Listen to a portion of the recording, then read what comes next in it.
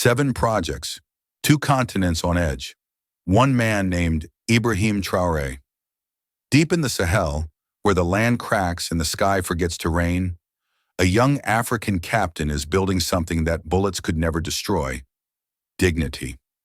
No tanks, no chance, just runways, solar farms, clean water, and the radical belief that his people deserve more than hand-me-down hope. But while he lays concrete, far away in air-conditioned boardrooms, the powerful whisper one word: danger. Not because he's violent, but because he's independent. Because his 7 peaceful wars are shaking an old world that was never built to let men like him lead. This is not a history lesson. This is not a fantasy. This is a story drawn from real emotions, real injustices, and real power structures that still shape the lives of millions. While the characters and events in this narrative are fictionalized for storytelling, the pain, the struggle, and the courage, those are absolutely real. So ask yourself, when a man dares to build without permission, who really feels threatened? Welcome to a story you were never meant to hear. Until now. The screen flickers. A grainy satellite image pulses on the wall of a sealed, windowless room. The image zooms, enhances, locks. There, on scorched red soil in the middle of West Africa, dozens of trucks snake across an unfinished stretch of tarmac. Steel beams, solar panels, cement mixers, containers marked in Cyrillic. The scene is silent, but something about it hums with defiance. A heavy voice breaks the silence. Stop the feed! Inside the room, 6 men, 2 women, all dressed in dark suits and fatigue green uniforms, surround a long, matte black table. A thick folder is slid across its surface. On the cover, classified, AFRICOM. Underneath, subject, Captain Ibrahim Traoré, Asset Risk Report. The youngest in the room, a clean-shaven analyst with nervous eyes, clears his throat. Sir, as of last week, the Donson site is 85% complete. The solar grid at Koina is live. Xena comes online in months. Rural electrification is expanding to over 150 villages.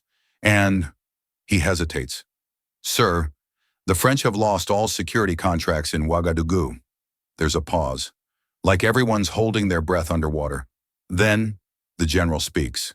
His tone is low, clipped, but burns with restrained fury. He's not just building infrastructure, he's building without permission. He taps the table. The lights dim. Another screen descends from the ceiling. A new image appears. Ibrahim Traoré, age 35, rank captain, status, head of transitional government, Burkina Faso, former artillery commander. Ideology, Pan-African sovereignty, decolonial development. The general narrows his eyes. We've dealt with loud revolutionaries before. They scream, they burn flags, they get tired. We wait them out. He leans in. But this one, he builds. And worse, he doesn't owe us a damn thing. A chuckle escapes from someone at the end of the table. Nervous, hollow. He's got no offshore accounts, no secret mansions, no mistresses in Monaco, no weakness we can buy. Someone else interjects, flipping pages. He rewrote every loan agreement, ripped out French arbitration clauses, cut the middlemen, and now he's signing energy, arms, and infrastructure deals with Russia, the UAE, and China. The room darkens. Images flash across the screen like a silent slideshow of rebellion. Traoré standing in mud boots, overseeing a dam site. Burkinabe children flipping light switches in classrooms. A village midwife, crying, beside a new vaccine fridge. Solar panels glinting like mirrors to the sun. Then a final image.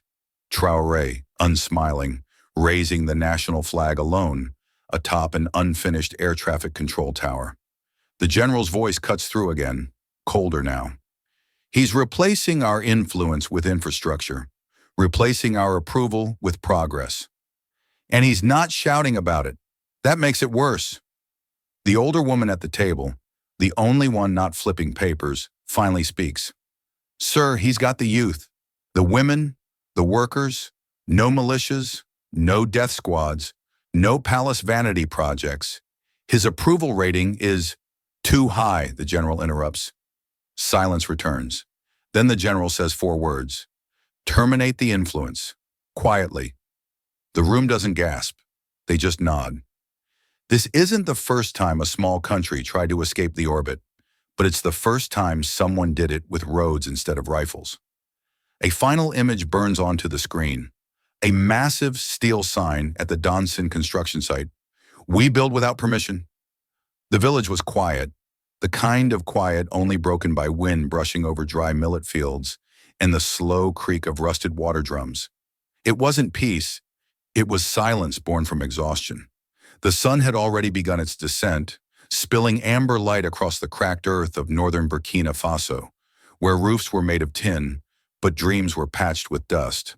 Young Ibrahim walked barefoot, his uniform slung over his shoulder, though he was not yet a captain. He was just a son of the soil then, a boy with calloused hands and questions he never asked aloud. He passed under the old neem tree where the elders played cards and told stories without endings. He nodded to a woman washing her baby with half a bucket of reused water. She smiled, not at him, but at the memory of what it meant to hope. Around him, life didn't quite happen. It endured.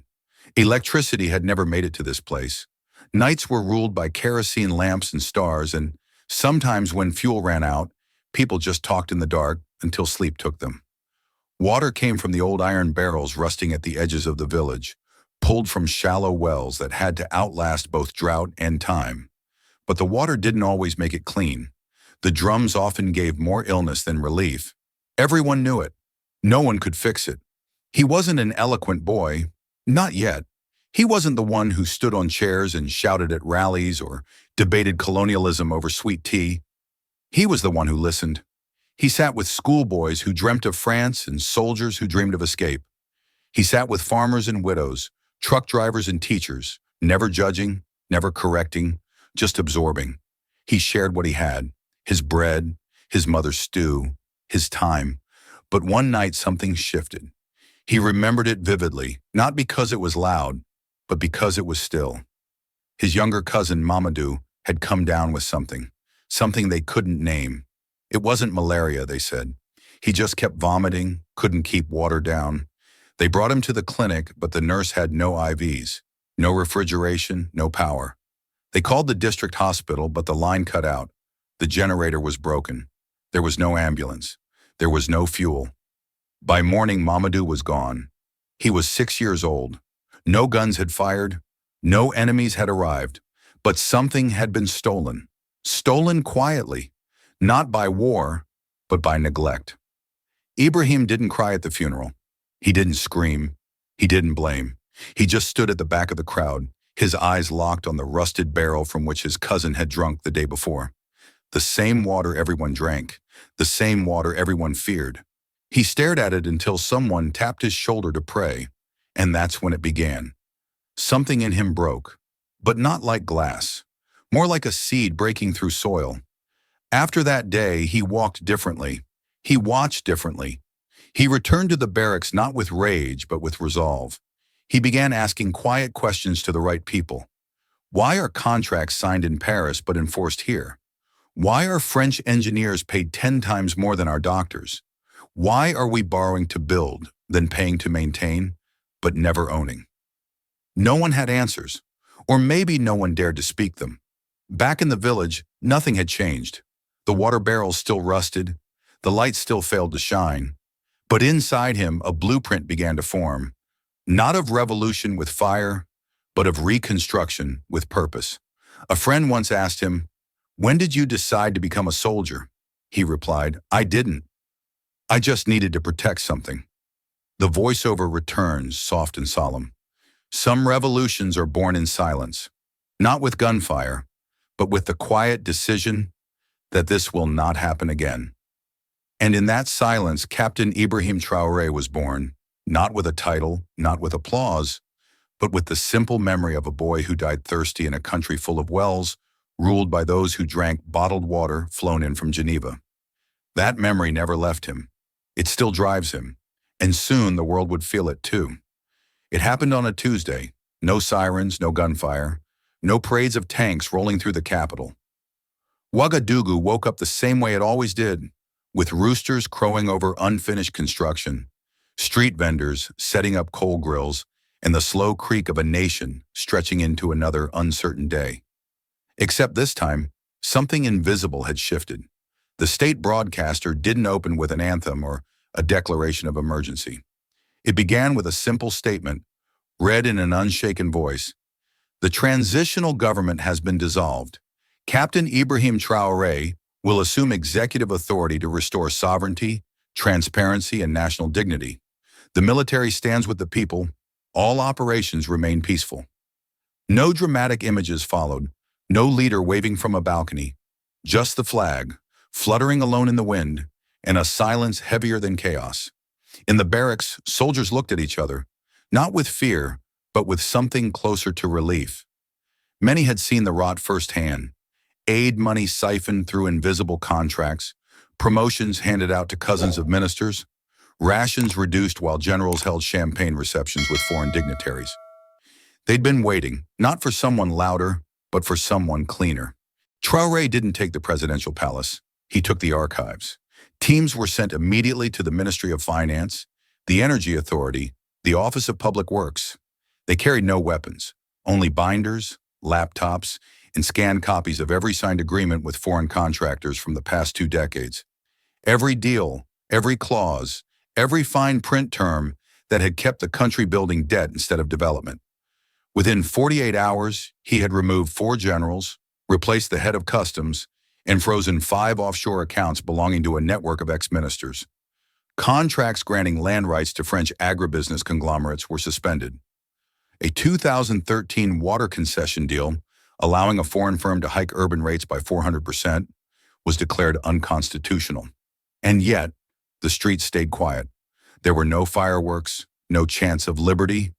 People didn't cheer. They didn't wave flags. They watched. An old woman selling bread near the main market was asked what she thought of the news. She shrugged. "We've had men with stars on their shoulders before," she said. "This one carries a notebook. We'll see." Meanwhile, inside the French embassy, tension spread like smoke. Junior analysts scrambled through dossiers. We had eyes on Kabore, on Damiba, but this Traoré, he wasn't even in our top 5 profiles. A phone slammed down. "Who the hell is this guy?" Back in the presidential office, now stripped of portraits and gilded furnishings, Traoré sat at a simple wooden desk. In front of him, the national constitution, a handwritten budget draft, and a torn photograph of his cousin Mamadou. His first order wasn't for reinforcements, it was for an audit. Voiceover. Some coups begin with bombs, others with betrayal, but this one began with a ledger, and a leader who knew exactly what had been stolen and how to take it back. The heat clung to everything: clothing, skin, steel, silence. It warped the air above the red earth, where cranes and diggers stood like frozen dinosaurs under the merciless Sahel sun. Dust coated the soles of boots and the pages of blueprints. Somewhere in the distance, a jackhammer buzzed like an insect, but even that sound felt hesitant, unsure of itself, as if waiting for permission to continue. This was Dancine, the site of what was once sold as Burkina Faso's gateway to the world. On paper, it was supposed to replace the cramped old airstrip that had served the capital for decades. But in reality, it was something else. A crater in the ground, carved by promises, halted by politics, and haunted by hidden clauses. Captain Ibrahim Traoré stepped out of the dusty SUV, his boots landing squarely on the reddish soil. He wore no epaulets, no symbols of rank, just a plain, sand-colored uniform and a brow knitted with questions. Beside him walked his temporary Minister of Infrastructure, a quiet man with sharp eyes, and behind them, an older French-trained contractor holding a rolled-up blueprint with fingers that trembled slightly. Not from age, but from apprehension. They moved past idle workers sitting under scrap metal shade, some sipping water from reused plastic bottles, others simply watching. Their eyes tracked Traoré, not with awe, but with curiosity, the same way you watch a man who might just do what others only threaten. The contractor led them to a metal table propped up by cinder blocks. He unrolled the blueprint slowly, weighing down the corners with stones. As you can see, Captain, he began, clearing his throat, Phase 1 includes a 3.5-kilometer runway, standard taxiways, a 17,000 square meter terminal, parking, customs zone, and cargo platforms. Passenger capacity projected at 1.2 million annually. Traoré said nothing. He looked not at the paper, but at the vast open field beyond, where half-poured foundations shimmered in the heat. Phase 2? He asked. Phase 2 was deferred. The contractor hesitated. Pending further negotiations with the French Development Agency. A silence. Not heavy, just sharp. The contractor continued more cautiously now. The terms were generous for the French. Management rights for 20 years. Procurement through French companies. Maintenance outsourced. Also, priority access granted to French military logistics, should it be deemed necessary in times of regional instability. He didn't look up. He didn't need to. He already knew what was coming. Traoré's voice was quiet, almost gentle, but the stillness it brought felt like thunder. Tear up the blueprints, he said. We build for ourselves now.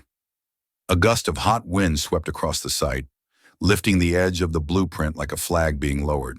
The contractor opened his mouth, closed it, then stepped back. He wasn't surprised, just obsolete. Traoré turned to his minister. Get me the engineering schools, civil corps, local firms, Algerians if needed. We start again. But this time, every contract signed will be read aloud in Moray, French and English.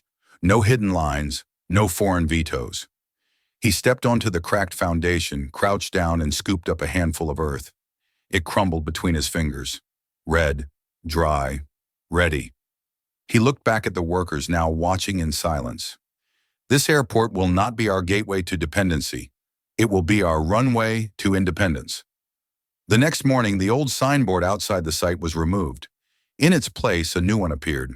Stenciled in bold black lettering on rusted sheet metal, Danson International Airport. Owned, built, and guaranteed by the people of Burkina Faso. And just below it, in smaller letters, barely legible, we build without permission. Work resumed within 48 hours. Trucks arrived not from Paris, but from Bobo Dioulasso. Cement was mixed by local crews. A team of female engineers from a regional university was called in to review the runway's slope grading. Plans were redrawn, not on glossy French stationery, but on recycled brown paper, pinned to the inside of a temporary office trailer. Each day as the sun rose, more workers came, not just for wages, but for pride. Some brought food, some brought tools. One old man brought a stone from his father's grave and asked if it could be added to the foundation. Traoré approved it without hesitation. He visited the site weekly, never announcing his arrival. He'd walk the perimeter, speak to workers by name, sometimes sharing bread, other times just listening. Voiceover: you can build a runway for planes, or you can build one for a country. One lifts engines, the other lifts nations. And as the first steel frames of the control tower rose against the horizon, shimmering in the heat like a mirage finally made real, the world began to notice. But it was already too late to stop it, because this time, the foundation was already poured, in blood, in memory, and in defiance. The construction site at Danson fell eerily quiet. Machines stood idle. Workers, once energized by the return of shovels and scaffolding, now sat in shade, puzzled, their gloves folded in their laps like unanswered questions. Rumors rippled through Ouagadougou like heat through tin. Had the funding collapsed? Had someone in the chain of command pulled the plug? Had the French called in a favor? But the truth was simpler and far more explosive. Captain Ibrahim Traoré had ordered a complete halt to the project, not due to lack of funds or international pressure, but to investigate. He wanted to know not just what they were building, but who had truly owned it. The media pounced first. Headlines splashed across local and international outlets within hours. Traoré freezes airport project, progress under threat. Is Burkina Faso sabotaging its own development? And the sharpest, from a Paris-based outlet, reckless youth cancels future of a nation. But Traoré didn't flinch. Cameras didn't find him behind podiums or in meetings with foreign investors. Instead, they would have found him sitting at a worn wooden desk in a modest government office, surrounded by stacks of files, legal documents, and laptops. He had summoned a special audit task force, lawyers, civil engineers, contract readers fluent not just in language, but in the subtle grammar of exploitation. Men and women who knew how to smell deceit in semicolons and how to spot betrayal hiding behind fine print. Over 2 weeks, they combed through every agreement tied to Donson, the financing, the land acquisition, the operational contracts, the so-called technical assistance packages. Each page told a story, and the story was chilling. One clause allowed a French company, not the government, to collect landing fees for 25 years. Another required that all building materials above a certain threshold be imported from French-registered firms, even when local equivalents were cheaper and available. One document tucked deep in an annex, unsigned but binding, granted the French military logistical rights to 40% of the airport's cargo operations in the event of regional instability. But the clause that made the room fall still, utterly still, was a security provision embedded in a technical appendix. It read plainly, "Airspace control and radar infrastructure shall be subject to review and potential override by the French Defense Liaison Office for purposes of regional security coordination." It was a backdoor, a silent surrender of sovereignty, cleverly hidden behind bureaucratic jargon. If allowed, it meant that at any moment, Burkina Faso's skies could be turned into surveillance corridors, not for its safety, but for someone else's war. Traoré read the line 3 times. Then he looked up, hands steady, voice low. "So we weren't building an airport. We were building a base for them." The room remained silent. No one dared offer comfort. "They call this development," he said, "but it's colonization in PDF format." That same night, the construction halt was formalized, not as a pause, but as a purge. Every contract would be renegotiated, every clause rewritten, every partner reevaluated based on transparency, sovereignty, and mutual benefit, not legacy or language. The media's noise grew louder. Anonymous sources inside international finance institutions warned of isolation. Officials in Brussels and Paris leaked frustrations to friendly newspapers. But inside Burkina Faso, something else happened. People began asking questions. If their airport had been a foreign outpost, what else had been? Their water systems? Their power plants? Their roads? By freezing construction, Traoré had done something rare in politics. He had invited scrutiny, not avoided it, and in doing so, he gave the country a moment of dangerous clarity. Voiceover. They said he paused progress, but what he paused was permission.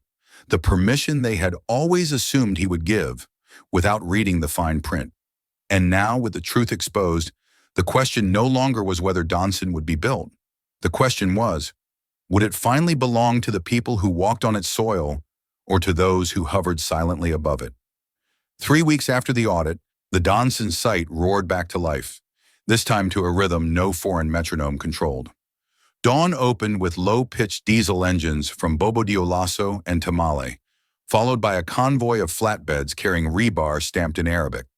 The first to step down were 2 Algerian geotechnical engineers, dusting red Sahel soil from their shoes and unfolding fresh schematics drawn the night before in Ouagadougou. A Russian runway specialist joined them, sleeves rolled, communicating through sketches more than words. There were no ribbon-cutting ceremonies, no diplomatic speeches. The only protocol was speed. Within hours, the trio was measuring groundwater levels and recalculating load-bearing tolerances with local civil engineering graduates who'd never imagined collaborating on equal footing with foreign experts. Behind the hum of the laser levels and the barked commands in 3 languages, a second army emerged, an army of mothers and grandmothers who set up makeshift kitchens beneath acacia trees. Metal pots the size of oil drums simmered with millet porridge, groundnut stew, and sizzling goat meat.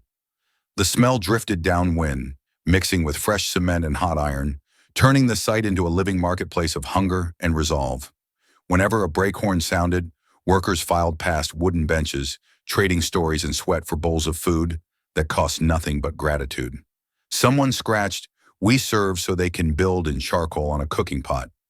No one wiped it off. Even the children found roles. After school, they arrived in sandals, pockets full of chalk, scavenged from old classrooms, looking for leftover bricks. They stacked them in rows near the north end of the runway, painting each one with a single letter until the phrase stretched 30 meters long. DONSIN equals dignity. One girl, maybe 10, pressed her palm into wet mortar and laughed when the imprint stuck. A supervisor let it harden in place, a fossil of futurity.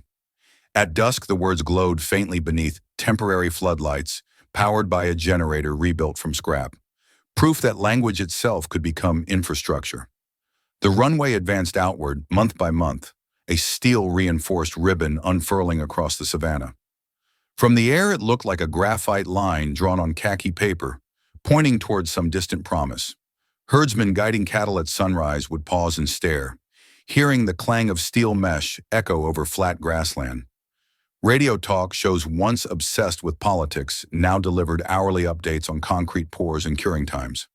70 meters completed today, a host would declare. That's 70 meters closer to flying free. In bars, patrons raised calabashes of dolo, not to football scores, but to tensile strength reports. One evening, when the freshly laid surface reflected the first sliver of a new moon, Traoré walked its length alone. He ran his fingers over the aggregate, feeling the grit bite his skin, as if confirming the ground could finally hold more than footsteps. The air smelled of wet cement and distant rain. Two fragrances of beginnings. A foreman approached to ask about floodlighting schedules, but Traoré lifted a hand, signaling silence. He closed his eyes, listening instead to the collective heartbeat of engines idling, hammers tapping, women laughing at their cook fires, and children chanting the equation they had authored in brick. Then so quietly the night almost swallowed it, he whispered, "No one else owns our skies now." It wasn't a proclamation, it was a verdict, sealed not by any court, but by the work already set in stone. And as he turned back toward the camp lights, the runway behind him gleamed, an arrow carved into the continent, aimed squarely at tomorrow. The village of Kadini slept early. It always had. For generations, darkness arrived not with nightfall, but with habit, as predictable as the dry season, and just as unforgiving. By 7, cooking fires gave off their final sighs, and families gathered close, not for conversation, but for stillness. Shadows grew heavy, and even laughter turned inward. Candles were a luxury, batteries too. People didn't count hours after dusk. They surrendered them. But this December night was different. At first it was subtle, a hum, barely audible, like a distant insect. Then a flicker. One light bulb sputtered to life, casting a dim glow on the courtyard of the village school. A teacher, still marking notebooks by oil lamp, blinked twice and dropped his pen.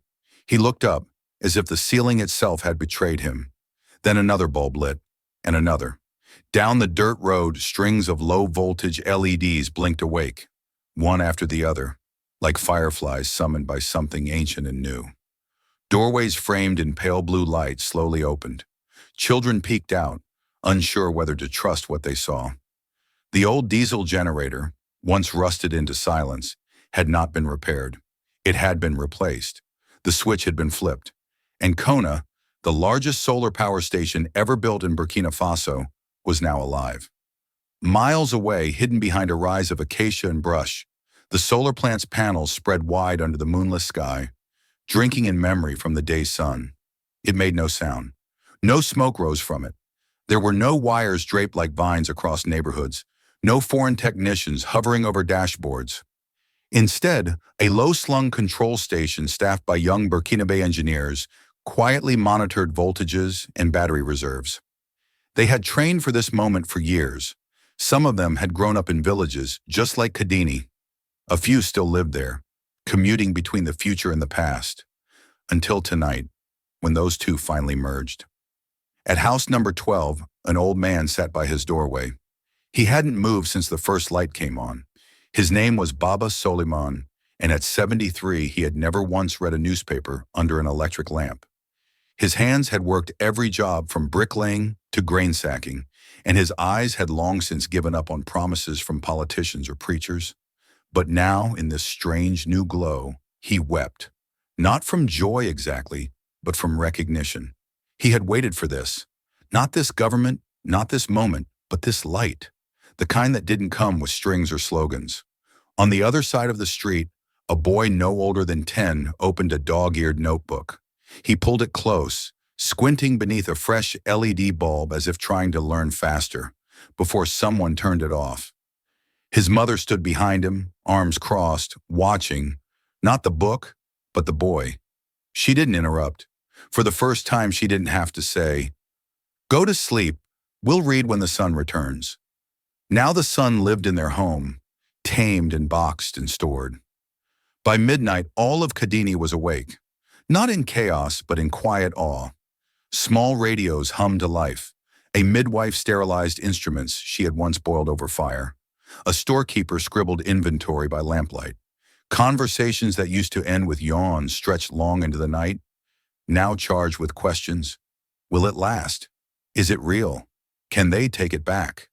And yet beneath every doubt was a growing certainty. Something irreversible had happened. The official announcement came hours later through local radio. Calm, almost clinical. The Koina solar power plant has commenced commercial operation. It will feed 73 gigawatt hours into the national grid annually and power over 100,000 households. But Kadini didn't need the announcement. They were living it. Narrator. This wasn't charity. It wasn't aid. It wasn't foreign policy dressed up as progress. This was autonomy, not delivered from above, but harvested from below, where the sun met the soil and the people met the switch. And from that night on, the people of Kadini stopped watching the sky to guess their fate. Now they watched the meter, counting every watt like a heartbeat, proof that the future had finally arrived, and it was brighter than anyone had dared to believe. The road to Xena wasn't paved with promise. It was dry, cracked, and uncertain, much like the expectations of the people who lived beyond it.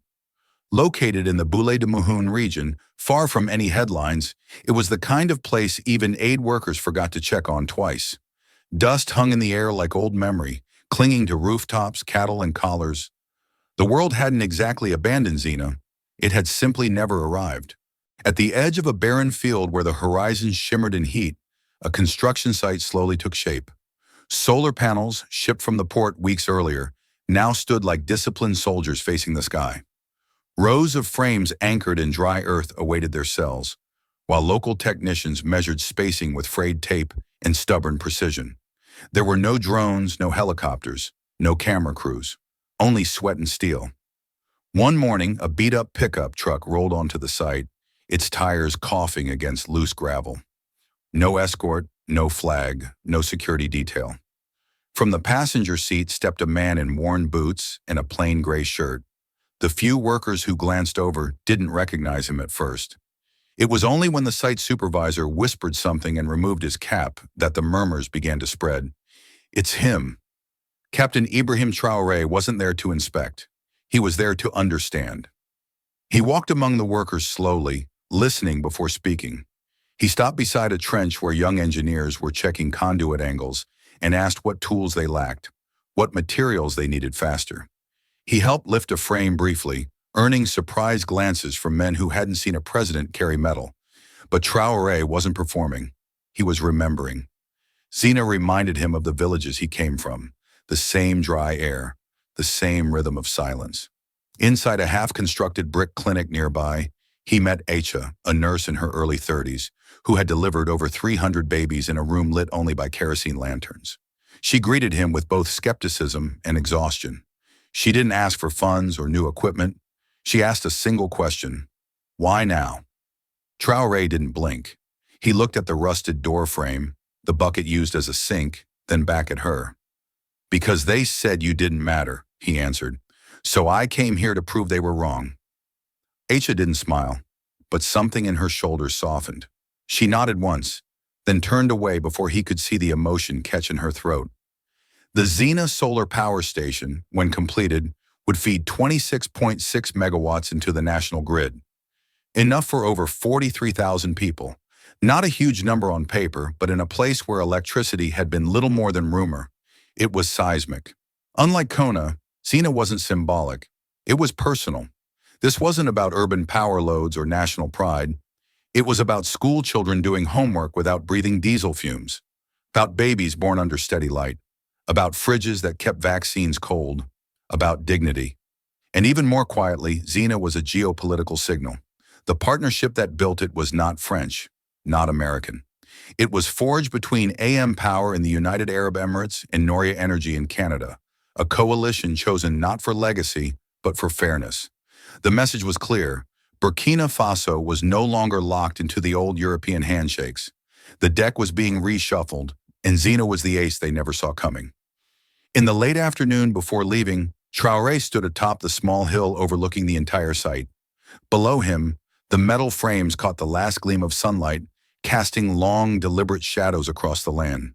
A boy from the village climbed up beside him, barefoot and dusty, holding a paper airplane made from an old newspaper. Traoré smiled. The boy launched it. It drifted for just a second, wobbly, imperfect, but it caught a gust and sailed. The captain watched its arc, eyes reflecting orange sky. Voiceover. In places forgotten by power, power returned, not as a favor, but as a fact. Not to impress, but to include. And sometimes the most radical act is to simply show up. It didn't begin with a ribbon-cutting ceremony or a politician's speech. It began with a wire, thin, coiled, trembling slightly as it was connected to a solar node bolted to the side of a clay health outpost. A teenage girl, barefoot and focused, carefully inserted the plug into the back of the vaccine fridge. The light on the panel blinked green, the compressor hummed, and in that hum, the story of Yelin began. The Yelin Rural Electrification Project wasn't a single plant or one village's miracle. It was a quiet revolution stretching across 150 rural communities, a web of solar mini-grids and home systems reaching into the forgotten lungs of Burkina Faso. It was a plan designed not from the top down, but from the margins inward. Every panel installed, every inverter configured, was a thread in a new national fabric, one where sovereignty wasn't just political, but practical. In the village of Dunkaun, a teacher named Isaka stood frozen under a ceiling fan that had just started spinning.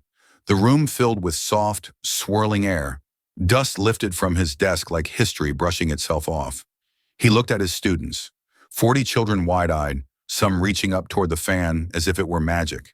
Then Isaka quietly stepped outside, leaned against the school wall, and wept. Not loudly, not dramatically, but in that restrained way adults do when too much has been held back for too long. For 23 years, he had taught in heat that melted chalk before it reached the board. That fan meant more than comfort. It meant someone finally had kept a promise. From clinic to classroom, from grain shed to sewing co-op, the light came not as a burst, but as a steady unveiling. Refrigerators no longer needed diesel to keep vaccines viable.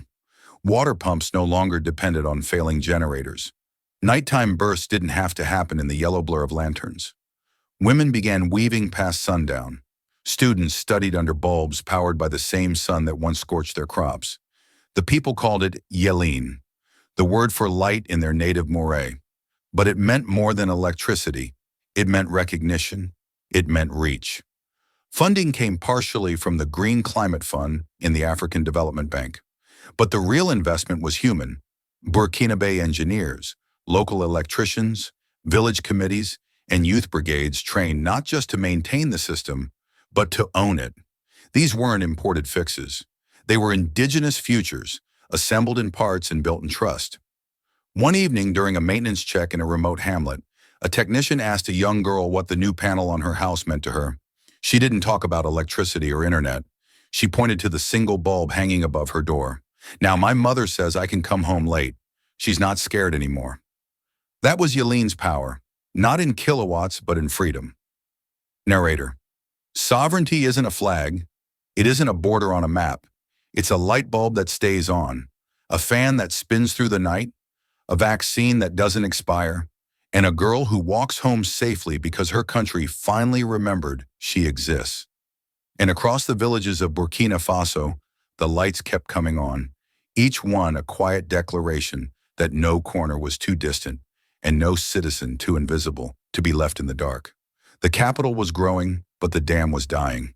Ouagadougou had once been a modest city, its rhythms slow and forgiving, its demands gentle.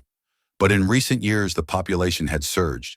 Rural families fleeing drought moved closer to opportunity. New markets sprung up, schools expanded, roads stretched wider. But the water stayed the same. The original Ziga Dam, built in the early 2000s, had once been hailed as a cornerstone of modern Burkina Faso. It stood solid, stoic, a wall of concrete against uncertainty. For a while it delivered, but time eroded both stone and promises. With every new neighborhood, every new apartment block, the pressure increased. Water rations became normalized. Some pipes hissed nothing but air. Faucets coughed. Storage tanks dried faster than they could be filled. The city had outgrown its own heartbeat. At dawn, long before the sun made the pavement unbearable, the women of Sector 30 lined up beside a rusted communal tap. Buckets, barrels, old jerry cans with fading labels. They arrived in headscarves, sometimes with babies on their backs, sometimes in silence. The line twisted around corners, coiling with frustration. As the hours passed and the heat sharpened, tempers rose. Shoving turned to shouting. Once, last week, it turned to blood. Two women fighting over the last container before the flow stopped. One collapsed from exhaustion. The other never apologized. In the center of this, Traoré didn't send a delegation. He came himself. No cameras, no press, just his boots crunching on gravel as he approached the end of the queue. People didn't rush him. They didn't know whether to speak or stare. It was a child who broke the silence. A small boy with a cracked yellow bucket and dust crusted beneath his nose. "Water is only for the rich," the boy said, not to anyone in particular, just loud enough to be heard. Traoré kneeled beside him, eyes scanning the buckets, the tension, the resignation. He didn't promise a solution. He didn't deliver a speech. He only nodded once, and then he stood. That evening, he called his ministers into an emergency session. They didn't meet in the presidential compound. They met in the pumping station at Ziga, surrounded by the smell of metal and stagnant water. Engineers presented reports, maps, flow data. The numbers weren't encouraging. The city's demand outpaced the dam's capacity by 40%. Groundwater was dropping. Wells were drying. Rainfall had become erratic, almost cruel. Climate models projected worse to come. Still, Traoré didn't flinch. "We do not wait for rain," he said. "We build for drought." And so began Ziga 2, a massive expansion project, not of vanity, but of survival. It would require new intake structures, advanced filtration units, and pipelines that stretched through congested arteries of the capital. It would need international partners. Some would call it ambitious. Others would call it desperate. But the people would call it necessary. Funding came through, cobbled together from the African Development Bank and negotiations with the French Development Agency. But this time, on Burkina terms. No privatization. No foreign water firms controlling tariffs. No middlemen earning 10% on misery. The new contracts were audited, translated, published. Every line was read in Parliament. Every clause explained on public radio. The project broke ground within 60 days. Labor came from across the country. Men who once hauled sand for roadside ditches now laid pipelines beneath boulevards. Women trained in sanitation management helped coordinate neighborhood distribution points. Youth brigades painted water tanks with slogans like "Clean water, clean future," and "We flow together." In Sector 30, the lines shortened, slowly. Then one day they disappeared. Faucets worked before dawn, and after it. One of the women, Salamata, whose scar from the water fight still crossed her cheek, held her bucket under the tap, hands trembling slightly. The water came cool and steady. She didn't cry, but she looked at her reflection in the surface and whispered, "So this is what dignity feels like." Voiceover. In cities that rise too fast, the ground beneath them often cracks. But when a nation refuses to let thirst become destiny, it doesn't just dig deeper. It dams the drought and turns pressure into purpose. Ziga 2 was no longer just an infrastructure project. It was a message to every citizen who had ever been told to wait their turn. Your time is now. At first it looked like chaos. Trenches sliced through the outskirts of Ouagadougou like scars. Uneven, raw, unfinished. Cranes idled beside pallets of pipe that hadn't been unloaded. Cement bags sweated in the sun. The blueprints were crisp, the vision bold. But the ground resisted. Ziga 2 was underway, yes. But building a life system in the heart of a shifting city was nothing like flipping a switch or lighting a bulb. It was slower, harder, hungrier. The workers came by the hundreds. Young men from the east, older masons from the north.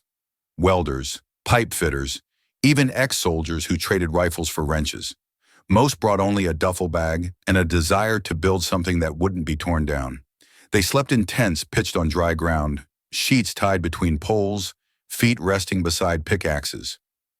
No one complained much, not even when the first sandstorm rolled in. It arrived with no warning. One minute the air was sharp and dry, the next it turned orange. Visibility dropped to arm's length. The wind howled like an old god. Tarps ripped free. Tools vanished into the dust.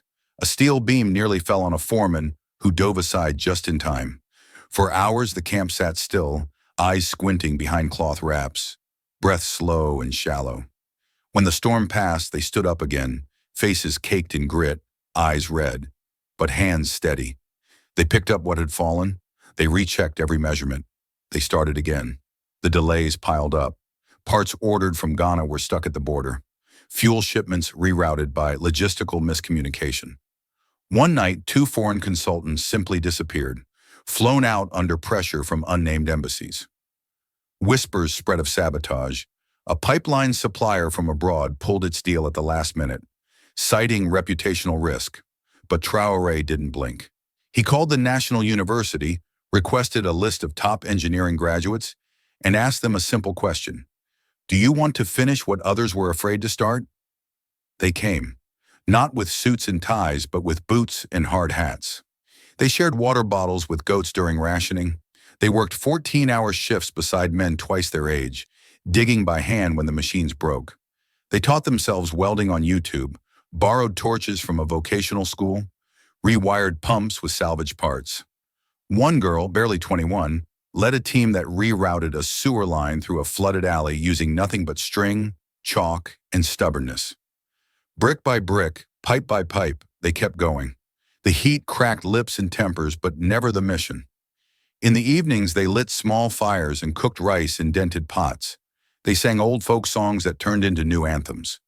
Someone painted on the side of a water tank, "We are the reservoirs of tomorrow." The phrase stuck. It ended up on the back of work vests, on posters in city schools, on stickers handed out at traffic lights. And little by little, water began to flow. First to the test lines, then to the schools, then to the neighborhoods once marked in red on every shortage map. The city didn't celebrate with fireworks.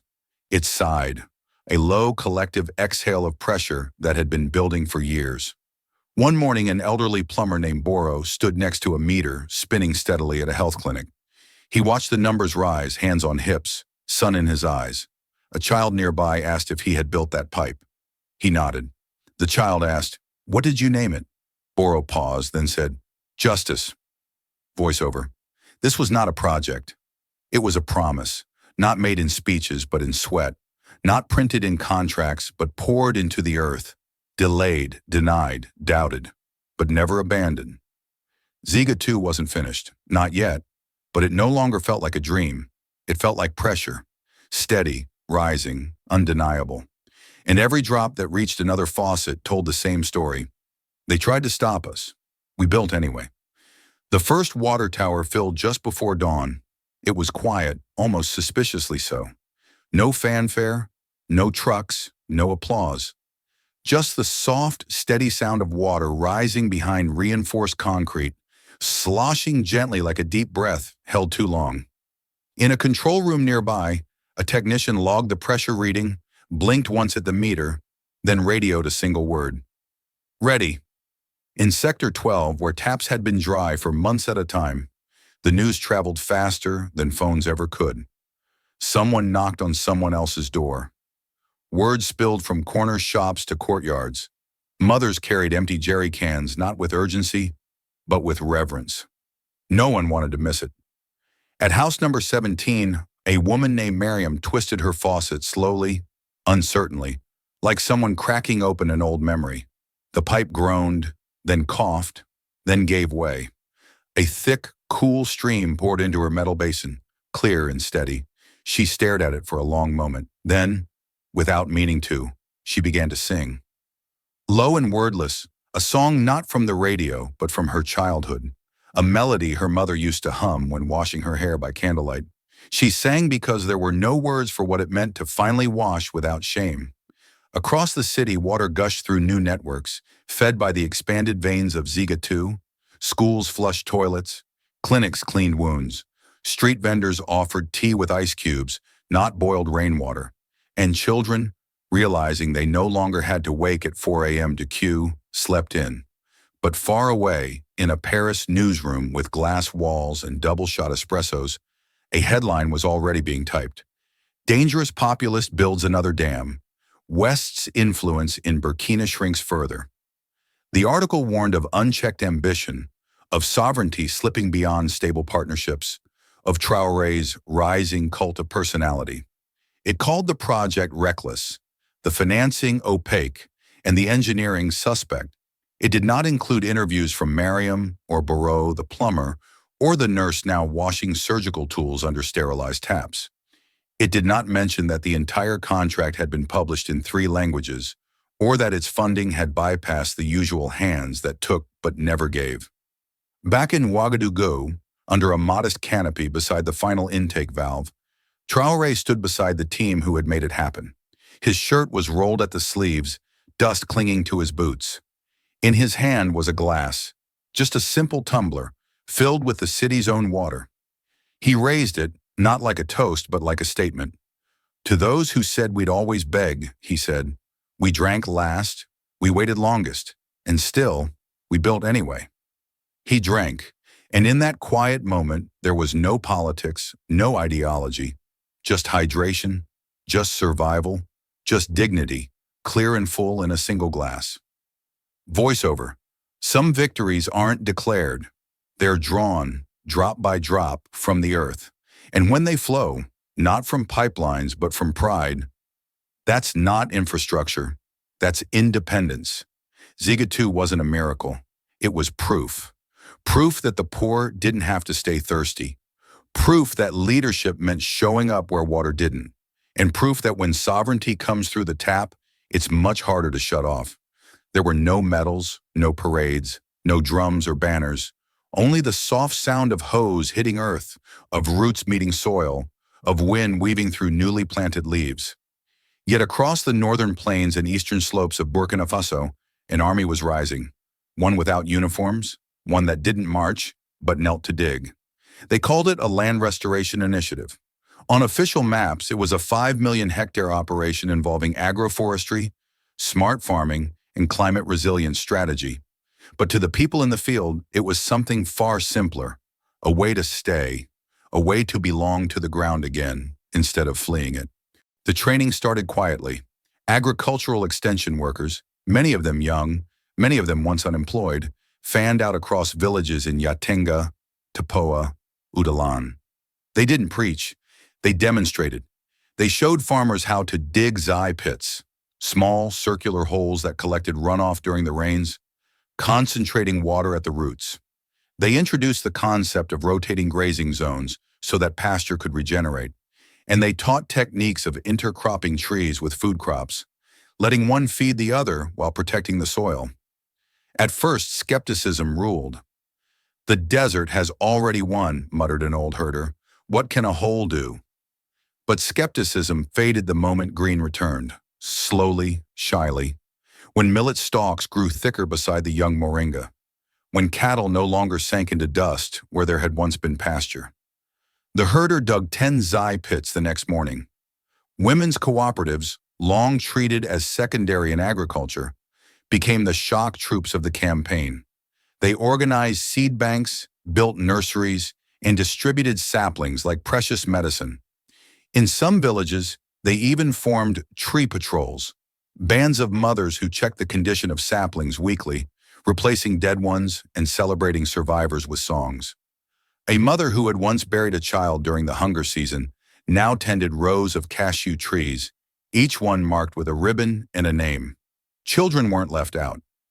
In a pilot school program launched by local NGOs, each student was given a single seedling to care for through the term. If it survived, the student received recognition. If it thrived, the student could give it a name. In one dusty village just outside Dori, a boy named Hamadou planted a neem sapling and whispered its name aloud. Hope. His classmate, a girl named Awa, pressed a shea sprout into the soil beside her house and called it return. When asked why, she simply said, "So that my brother might come back from the city one day and see green again." Satellite images would later show the transformation from above. Spots of green thickening into ribbons, then spreading like veins. But on the ground, the victory wasn't visual. It was tactile.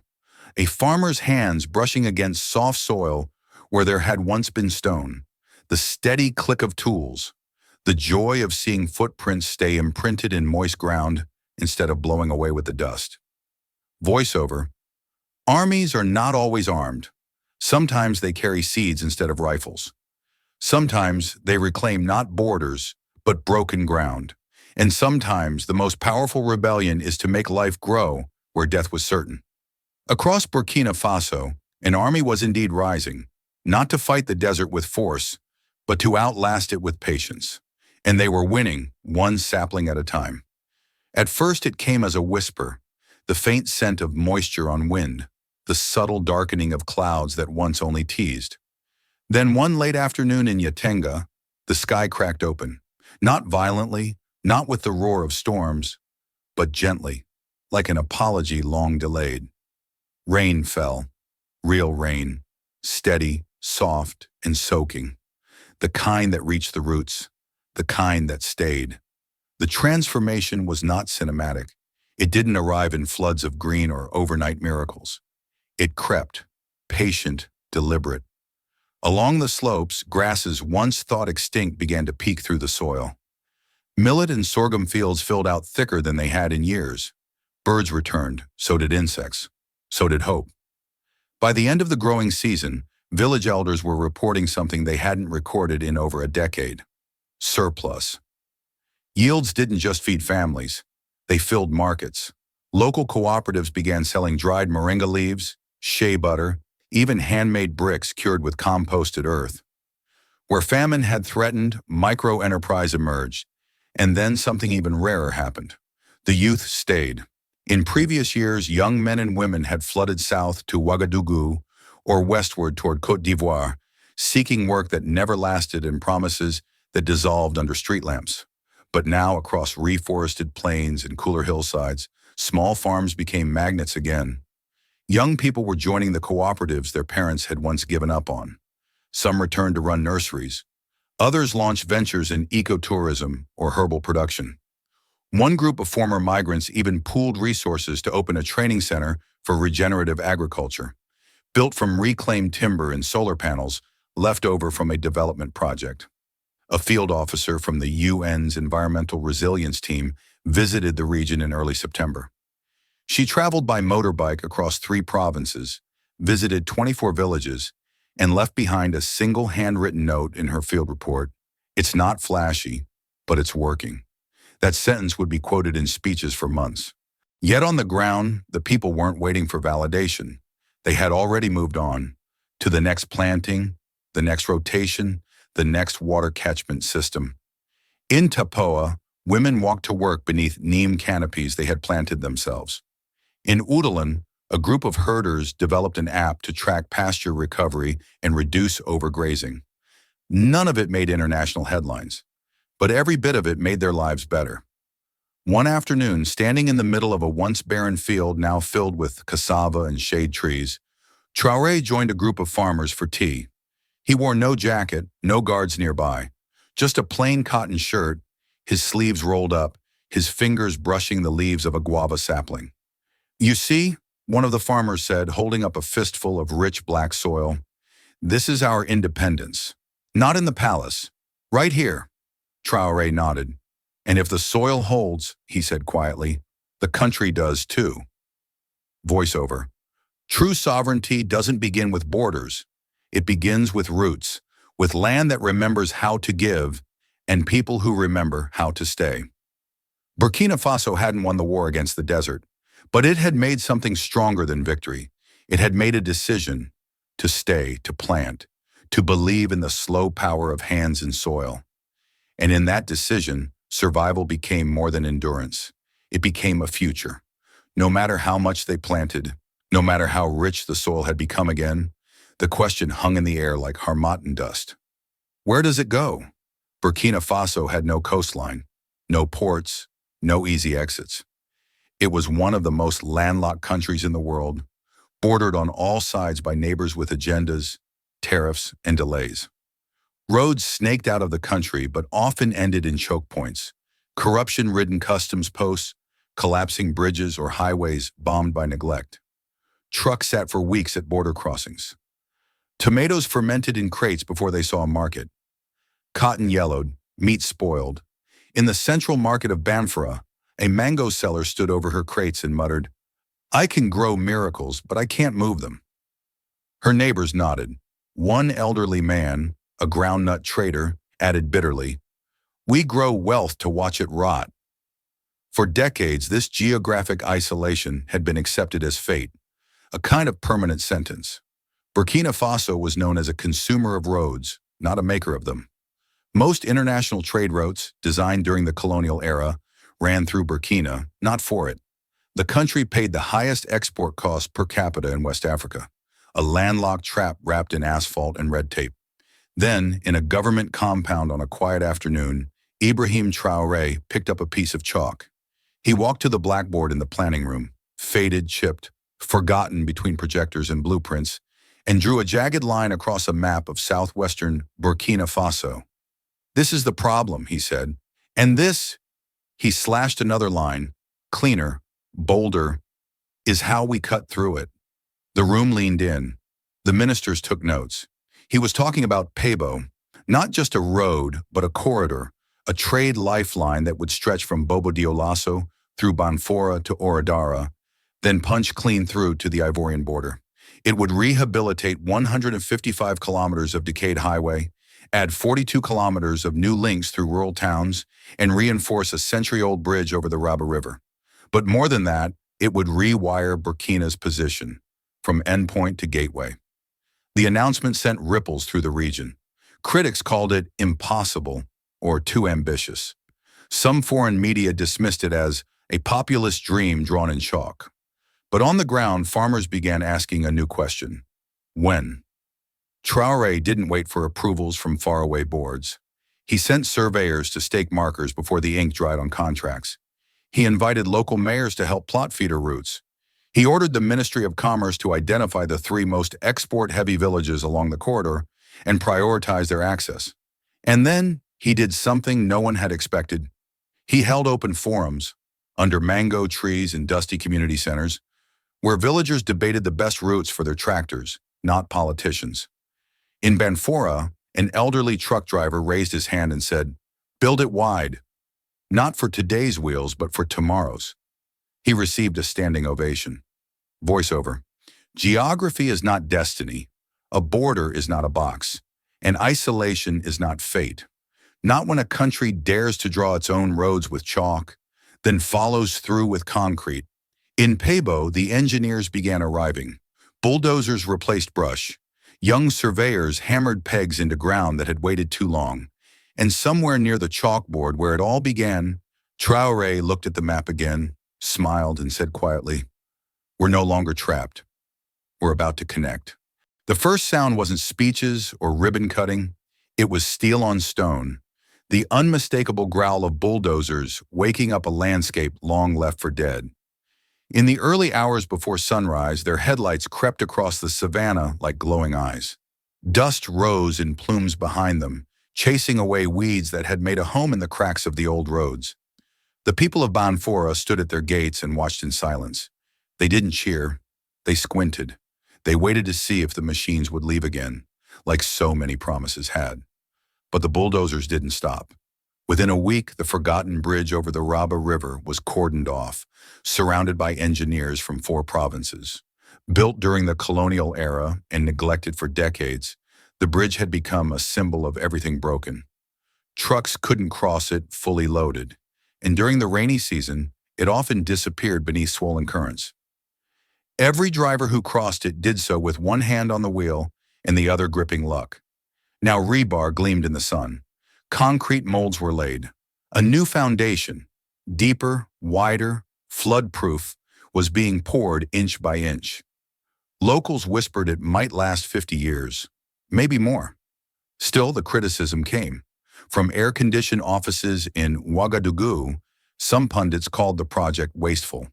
Burkina Faso should focus on essentials, they wrote. Food, not freeways. Western analysts labeled it infrastructure populism. Opposition figures claimed it was just another photo opportunity in disguise. But none of those people rode in battered trucks for 16 hours through mud just to reach a market. None had watched crates of tomatoes turn to mush at a stalled checkpoint. None had tried to export shea butter through roads so eroded they swallowed tires. The people who lived along the corridor knew better. They measured success not in headlines but in minutes saved and markets reached. 3 months into construction, a test section of new asphalt opened outside Bobo Dioulasso. A route that once took 3 hours now took just 45 minutes. Truck drivers lined up to test it. One, named Idrissa, stepped out of his rig after the first run. He brushed dust from his collar and smiled wide enough to show missing teeth. This road, he said, is freedom. Freedom to deliver goods before they spoiled. Freedom to take a sick child to a clinic without praying the suspension held. Freedom to imagine logistics that didn't involve begging customs officers or bribing border guards. As the road stretched forward, so did possibility. Grain co-ops in small villages began to coordinate shared deliveries. Women's collectives pooled money to build roadside stalls. A youth group in Oradara even launched a digital map tracking road conditions in real time, using GPS from old phones and open source code. The road wasn't finished, not even close, but it was moving, and so were the people. Voiceover. Not every revolution is loud. Some begin beneath wheels. When concrete replaces caution and movement replaces margins, you don't just change direction, you change definition. In Burkina Faso, roads weren't just lines on a map anymore. They were arteries of autonomy, and with every kilometer poured and paved, Pebo was proving that even landlocked nations could break out if they dared to drive their own future. The asphalt cooled, the paint dried, and suddenly the horizon felt nearer. Longhorn cattle that once clopped only as far as the edge of Banfora were now herded down the fresh Pebo corridor, their bells chiming like small brass declarations of possibility. At the new border post, buyers from Abidjan waited with refrigerated trucks, digital scales, and contracts printed in both French and Moray. A handshake, a thumbprint, and the animals moved on. No week-long detours, no night camps, no bribes slid across splintered desks.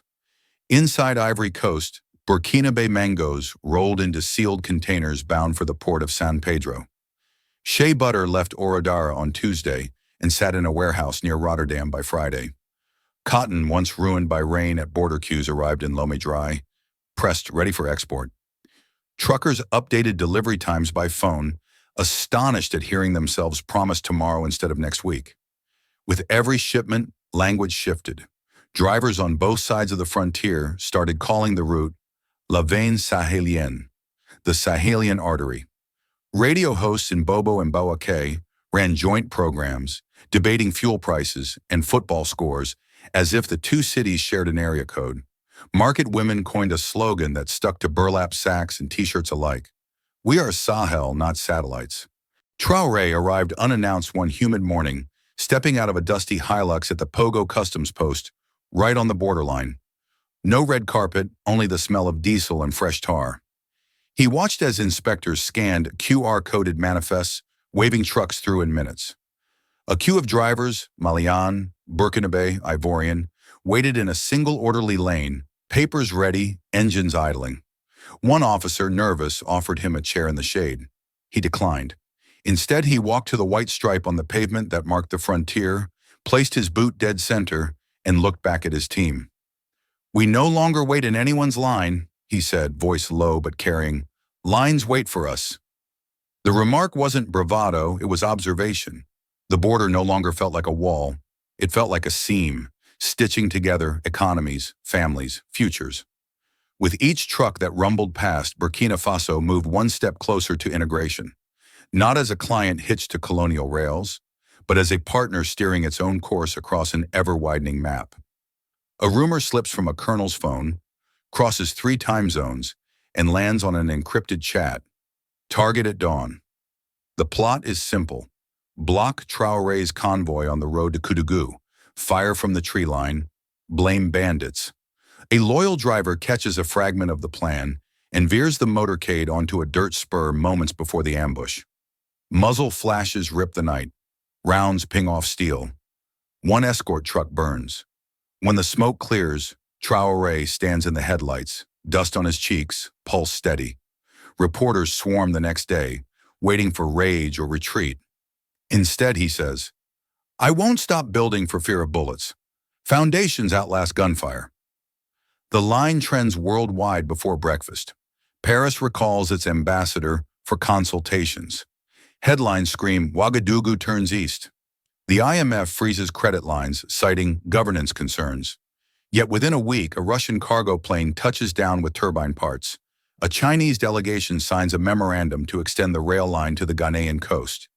Emirati officials unveil a grant for 250 megawatts of solar storage. Meanwhile, across Africa, ministers quote Traoré in parliament, student unions paint his face on campus walls, and radio hosts debate the phrase, "development without permission." Isolation was supposed to choke him. Instead, it rewires the alliance's map. As the sun dipped behind the savannah, Burkina Faso did not go dark. In villages like Kadini, clinic lights glowed quietly, reliable for the first time. In Zina, solar panels hummed as they powered homes where candles once burned. On the newly built Pabo corridor, trucks rumbled toward the Ivorian border, carrying mangoes, cotton, and dreams. By the Ziga Dam, laughter echoed as children ran through the spray of clean water, no longer scarce. In the north, rows of neem trees swayed gently, planted by hands once calloused by drought. A jet descended toward Donson International, its lights flashing against the red earth below. None of it was loud. No fireworks, no grand speeches. Just proof, one light bulb, one road, one tree at a time. That change had taken root. And above it all, the quiet truth. Traoré didn't shout. He built. New Africa wasn't coming. It had already begun. Burkina Faso's recent journey reads like a quiet rebuttal to every cliché about African dependency. The country's story under Captain Ibrahim Traoré is not a tale of spectacular miracles. It is a catalog of modest, relentless victories. Solar panels that refuse to flicker, pipelines that finally deliver clean water, a road that shortens a farmer's week-long trip to a single morning drive. What strikes me most is how ordinary each breakthrough looks on the surface. There are no golden skyscrapers or glittering stadiums, just clinics, classrooms, and truck stops. Yet precisely because the wins are ordinary, they feel durable.